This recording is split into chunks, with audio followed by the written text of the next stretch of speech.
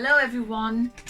It's a lovely mild day here in Connemara. It's not too bright, but it's warm. So I'm just going to go for a ramble around the garden and you can come with me. Come on dogs.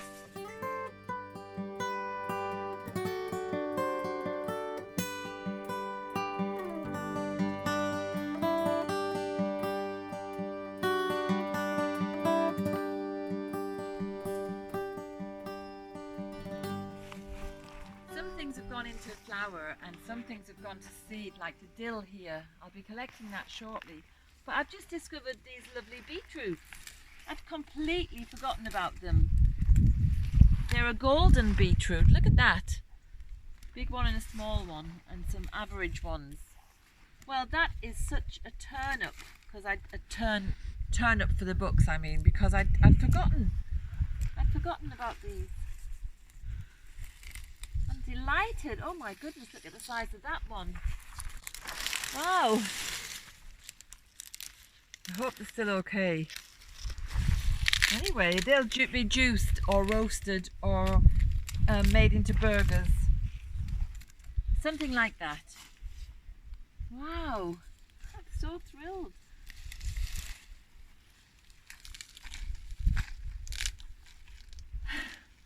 Coriander's gone into seed as well, but that's okay because I can use that seed and re-sow into the polytunnel, which will give us another coriander crop.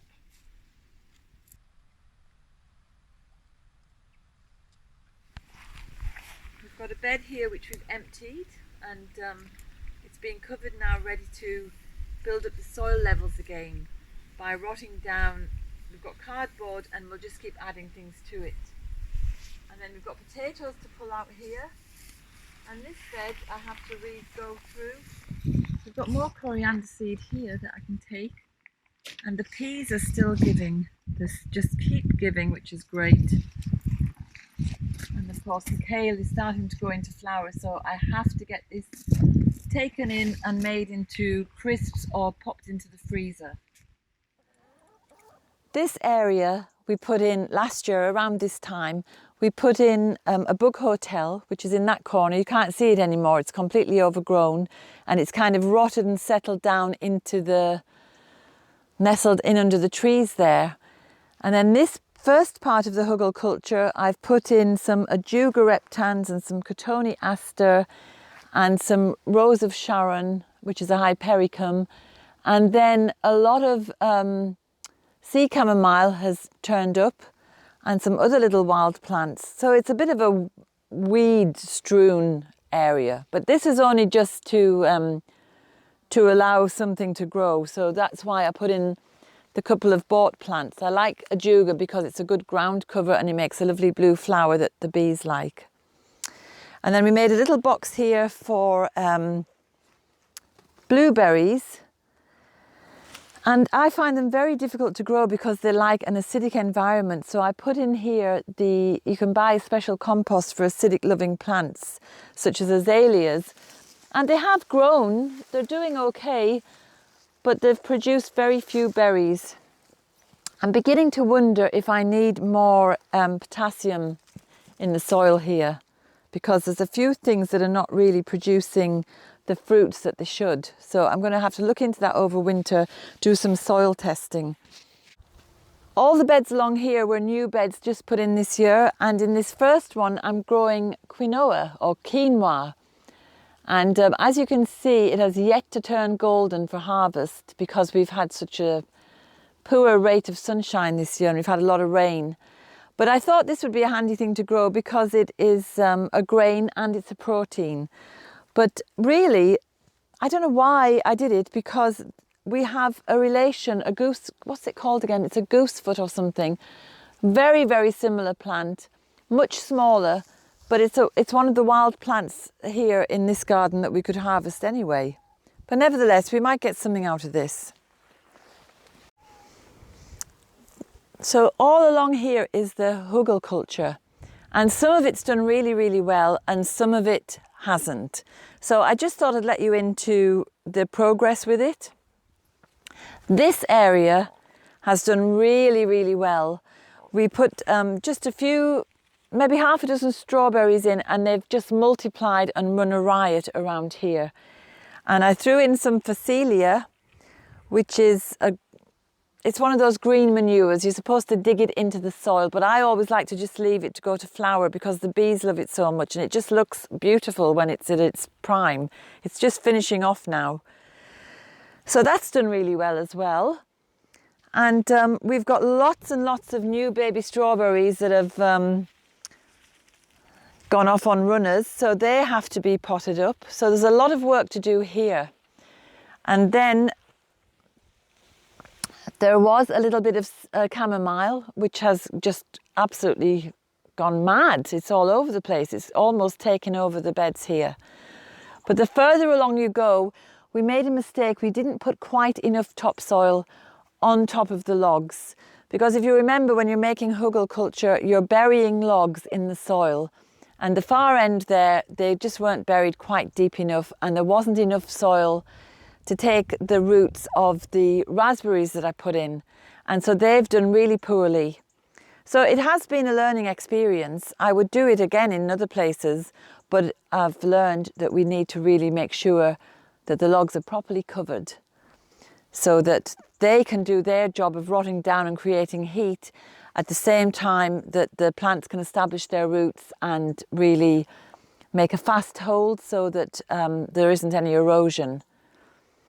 There are a few weeds in there, and I haven't been able to keep on top of them this summer, but in the autumn and winter now, when I'm clearing this and settling it down, they will all be pulled out, the grasses and the docks, because some of those came in on topsoil that we bought in, and that's just one of the hazards of buying in topsoil. But it has looked amazing and wonderful, and it's great to get so much chamomile, which I will be harvesting later on. I'm just going to get my peas now from here because the peas just keep giving. So that's wonderful. And I suppose it just makes you think about gratitude. It seems to be coming up more and more lately, you know, the need to practice gratitude. And I'm very grateful for everything that grows here. Even when things don't quite turn out as expected, I'm grateful for the experience. And we've had a bit of a lazy week because my daughter came to visit, and that was wonderful. But I just wanted to spend every minute with her, so I didn't get a lot done last week. I've also noticed that the brassicas here, some of them have already gone into flower, so I need to harvest as much as I can and maybe make the crisps today and get some in the freezer. And maybe make something for dinner. It's just really a lazy day, but trying to be productive as well. And then my potato beds, I dug up the potatoes last time. They just need to be, I just need to go over them again and make sure there aren't any potatoes still in there, because invariably there will be, and then we'll have an unexpected potato crop. Oh, there's my little friend up there. Hello. Hello, look at him. He's a little baby robin. I think he just fledged this year because he's been following me around, and his chest is only just beginning to go red. Hi, baby. Hello. Hello.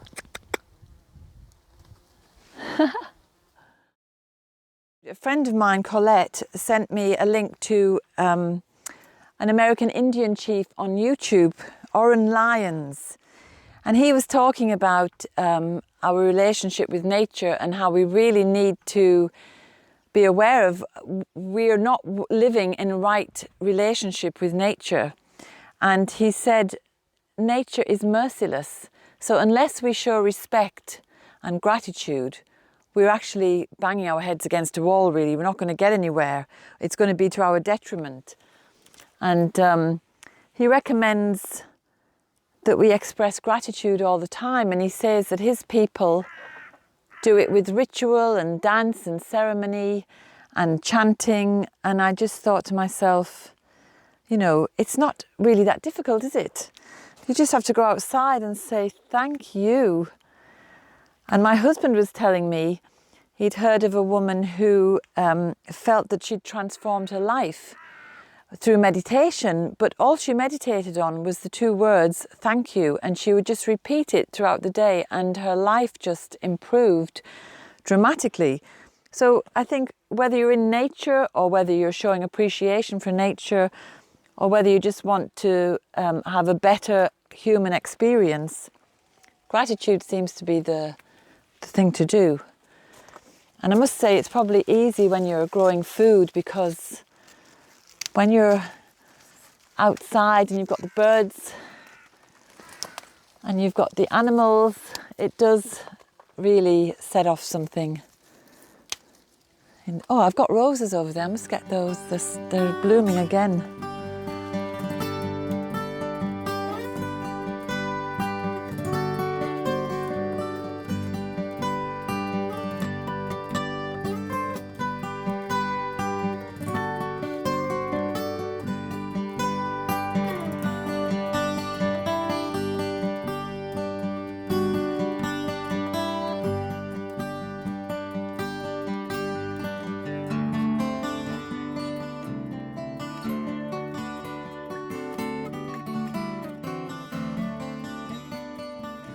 So this is great. I thought all the roses had finished, but there's still a few. I get the last few petals. And there's some beautiful rose hips here, look. Look at the size of those. There's quite a few, but some of them, look, some of them are not ready yet. So I'm going to leave those for another few weeks, and I'll collect them all when I do my hawthorn berry collection. So lucky.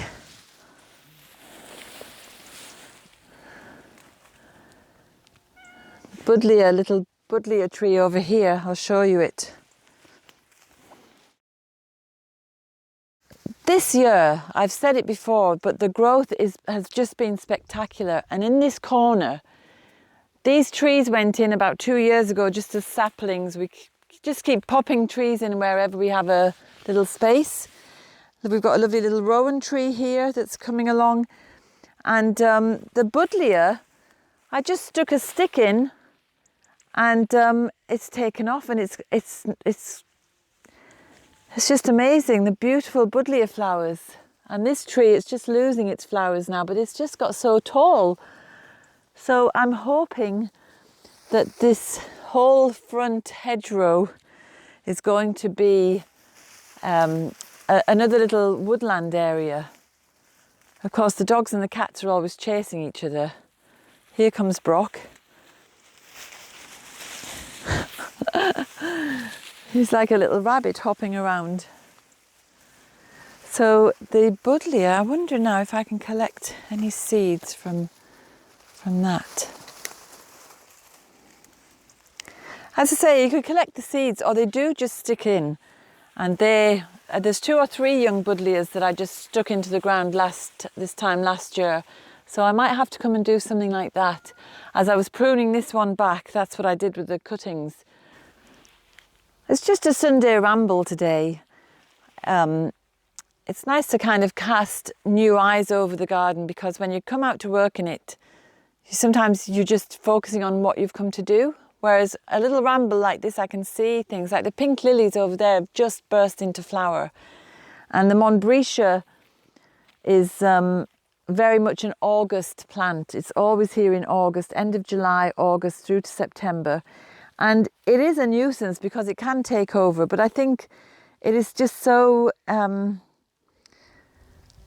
iconic of this part of the world, and it is so beautiful and luminous that if you leave it, it doesn't really move anyway. It's when you start disturbing it, it tends to start spreading itself. But then it's just life, isn't it? And it's what we all want, is a life that we can live without interference.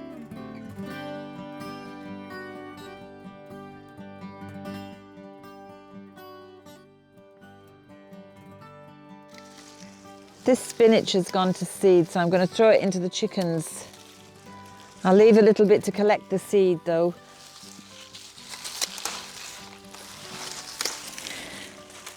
But while they're in their chicken run and they can't get out to to roam freely. They love to get some fresh greens thrown into them. It's a little treat. Okay, chicks. Oopsie-daisy.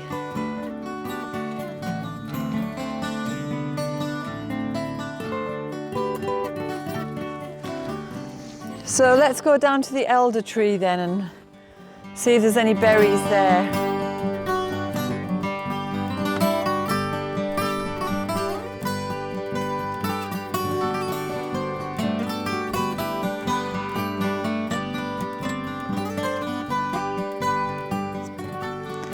This birch, every time you come near it, it's spreading itself even further. So I'm just going down here to see if the elder has made any berries yet. I can see some, but they're not quite ripe. I can see elderberries here. There are a good few of them, but they're not black yet. They haven't ripened, so I'll have to come back another time. And when I come back for those, I'm going to take some cuttings from the elder and plant a few more elsewhere. So that's all for today. I've got to get on because there's a lot to do, and thank you so much for watching. And if you are a subscriber, please press the bell so that you get the notifications. And if you're a new subscriber, press the bell. So thanks for watching, and I'll see you next week. Bye.